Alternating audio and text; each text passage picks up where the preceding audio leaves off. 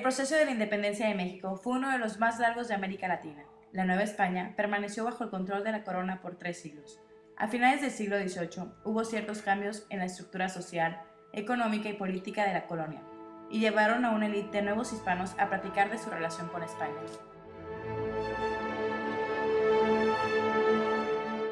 La Ilustración, también conocida como el Siglo de las Luces, fue un periodo que empezó de los años 1715 hasta el siglo XVIII, o sea, la Revolución Francesa. Esta etapa fue muy importante, ya que fue el periodo en donde el hombre empezó a tener la voz de la razón, una renovación intelectual y de transformación de mentalidades. Todo esto empezó en Francia, con una revolución de ideas, el cual posteriormente se fue expandiendo por toda Europa. Empezaron a surgir grandes escritores, como Montesquieu y Voltaire, al igual que grandes científicos, como Newton, el cual cambió la cartografía de la Tierra. Otra cosa muy importante fue el cambio de creencias del ser humano, refiriéndose que el hombre empezó a preguntarse de dónde venía. Muchas teorías fueron expuestas, y estas fueron algunas de ellas, como el deísmo, la creencia de un Dios justo, pero que el hombre no puede entrar en contacto con la divinidad y por lo tanto no sabe mucho de ella. La búsqueda de la verdad. La naturaleza ha creado al hombre para que sea feliz. La cultura laica como último, que nunca habla de caridad, como amor al prójimo por amor a Dios, sino que emplean la palabra filantropía, amor al hombre por el hombre mismo. ¿Sabías que? A Newton le encantaba dibujar y era tanto su gusto que todas las paredes de su habitación estaban coloreadas. Otro dato curioso. Las nuevas ideas empezaron a dispersarse por todas partes, pero a la corona española le preocupaba que estas ideas llegaran a los oídos de la Nueva España. Así que prohibieron toda clase de libros educativos, o cualquier idea que les diera la iniciativa para rebelarse y lamentarse contra el gobierno. Entonces la gente decidió traficar los libros escondiéndolos en cajas de frutas. El rey Carlos III trató de explotar más la Nueva España, con el fin de subir la economía y el estatus del territorio. Para hacer esto, aplicó una serie de leyes, por así decirlo, para mejorar y cumplir su propósito. Pero sin embargo, el esfuerzo de modernizar a la Nueva España fue en vano. Hubo muchos descontentos por parte de los sectores sociales, y aún por parte de los españoles en América que hasta entonces habían recibido beneficios. Aquí se muestran algunas de las leyes dictadas por el visitador José Gálvez. Creación de un ejército nuevo en la Nueva España. Prohibir cargos públicos y eclesiásticos a los criollos y mestizos, solo a los peninsulares. Prohibir matrimonio entre diferentes castas. Fundar la Academia de San Carlos, la Escuela de Arte. Establecer la Lotería de San Carlos. Y los dos últimos, pero muy importantes, son el incremento de impuestos y el expulsar a los jesuitas de todo el Imperio Español, ya que afectaron mucho a la Nueva España e hicieron que se pudiera rebelar contra la corona española. En el año 1774, las 13 colonias inglesas de América del Norte fueron influidas por la Ilustración. A consecuencia de esto, se opusieron a la corona inglesa, empezando así una lucha por su libertad e igualdad. Para el año 1776, el rey Jorge III mandó un ejército de tropas mercenarias, o sea, que les paga el ejército de otro país para que peleen. En este caso, compró las tropas alemanas para combatir a las 13 colonias. Esto fue uno de los mayores errores que Inglaterra pudo haber cometido. Los colonos, por su parte, se organizaban para la guerra. Así, Thomas Paine se encargaba de propagar las ideas de independencia y revolución, mientras que Benjamin Franklin va como representante a pedir ayuda a Francia, y George Washington forma improvisados batallones con voluntarios y dirige al ejército en importantes batallas. Y fue en ese mismo año, el 4 de julio de 1776, que George Washington declara la independencia y la república. Inglaterra en este caso pierde la guerra, pero no solo por falta de apoyo militar, sino porque ya tenían sus propios problemas internos entre liberales y conservadores. Después de todo esto, se hizo un tratado de paz en los años 1783. Después de que las 13 colonias se independizaron, Francia optó por seguir su mismo camino.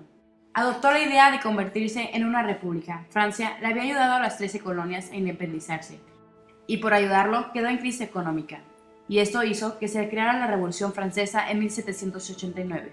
para que posteriormente acabara con la llegada de Napoleón en 1799.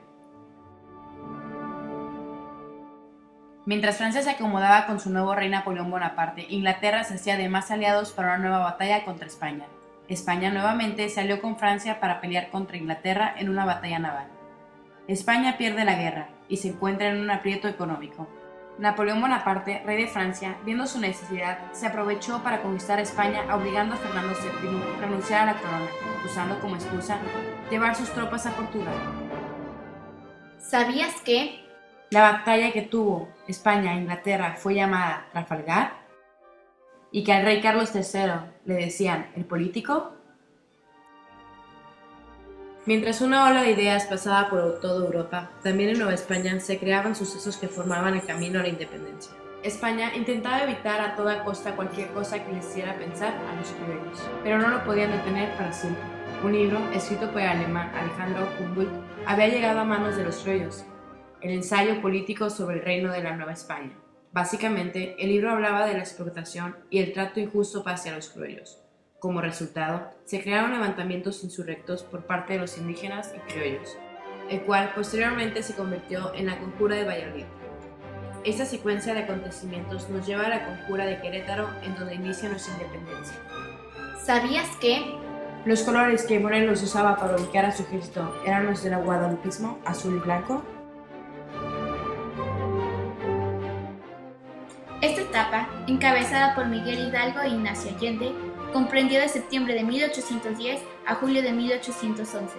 Se caracterizó por ser un movimiento desordenado y caótico que alcanzó algunas victorias sangrientas, pero debido a la indisciplina de las tropas y el descontento que tuvieron Hidalgo y Allende en la forma de dirigir la revolución, terminó por fracasar.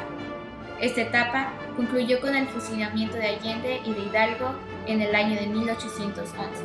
En el año 1810, en otras palabras un año antes, el capitán Ignacio Allende, Juan Aldama, Joaquín Arias, Mariano Abasolo, Lazo, Altamirano, que estos son oficiales del ejército, el cura Hidalgo, exrector del Colegio Valladolid, Miguel Hidalgo y Costilla, y Miguel Domínguez, el corregidor de Querétaro, y su esposa Josefa Ortiz de Domínguez, que desean crear un movimiento como el del ayuntamiento, pero mejor organizado, con el apoyo del ejército.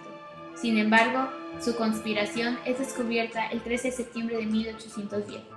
Doña Josefa se entera y consigue avisar a Allende. Cuando la noticia llega a Dolores, Hidalgo decide, en la noche del 15 de septiembre, combatir antes de entregarse. ¿Sabías que la cabeza de Hidalgo se mantuvo conservada en sal junto a las cabezas de Allende y Aldama hasta el final de la consumación?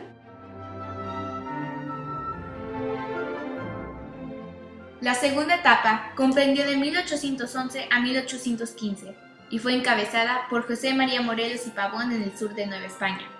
Morelos se dio a conocer como un gran estratega y un excelente estadista, y esta etapa concluyó con su captura y fusilamiento.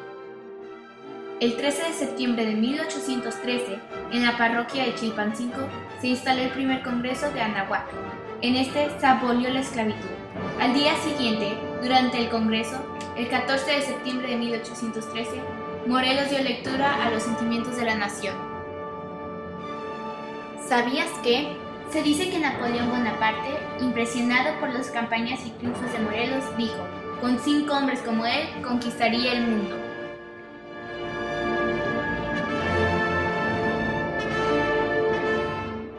La tercera etapa abarcó de 1816 a 1820. Fue un periodo de resistencia porque el movimiento insurgente vino a menos. Para entonces, la Constitución de Apatzingán fue promulgada en 1814 por el Congreso de México, siendo esta la primera constitución de ella. La Constitución de Apatzingán proclama la independencia de México, rechaza la monarquía y establece la república. ¿Sabías que? El virrey Félix María Calleja fue considerado el más despiadado enemigo de los insurgentes. La última etapa se desarrolló en 1821 y fue encabezada por Agustín de Iturbide. Por esto, se creó la Constitución de Cádiz, que había sido ya promulgada en 1812 en España, mientras la corona española estaba en plena invasión por los franceses y en guerra contra los insurgentes de la independencia de la Nueva España. Del otro lado del Atlántico, en 1814, cuando los franceses son expulsados de España y Fernando VII regresa al trono, lo que desea es, ante todo, restituir su poder absoluto, pero lo que desconoce inmediatamente es la Constitución de Cádiz. Pero ya no podía evitar que la independencia de Nueva España se detuviera, ni más. También, por parte de otra gente, había muchas conjuras y conspiraciones. Tal fue el caso como la conjura de Profesa, que fue encabezada por María Rodríguez, también conocida como la Abuela Rodríguez, pero también no funcionó, ni modo. Ya para 1821, después de sufrir varias derrotas frente al ejército insurgente, Iturbide cambia de estrategia y decide convencer a Guerrero de que ambos luchen por un fin común. Así, con el apoyo de insurgentes y de otros oficiales criollos, organizó el ejército trigarante, con lo cual logró consumar la independencia el 27 de septiembre de 1821. Juan O'Donoghue, último virrey de la Nueva España, firmó los Tratados de Córdoba, en los cuales reconoció la libertad de la colonia española con la condición de traer un príncipe español que gobernara el país. Y así fue como conseguimos nuestra independencia.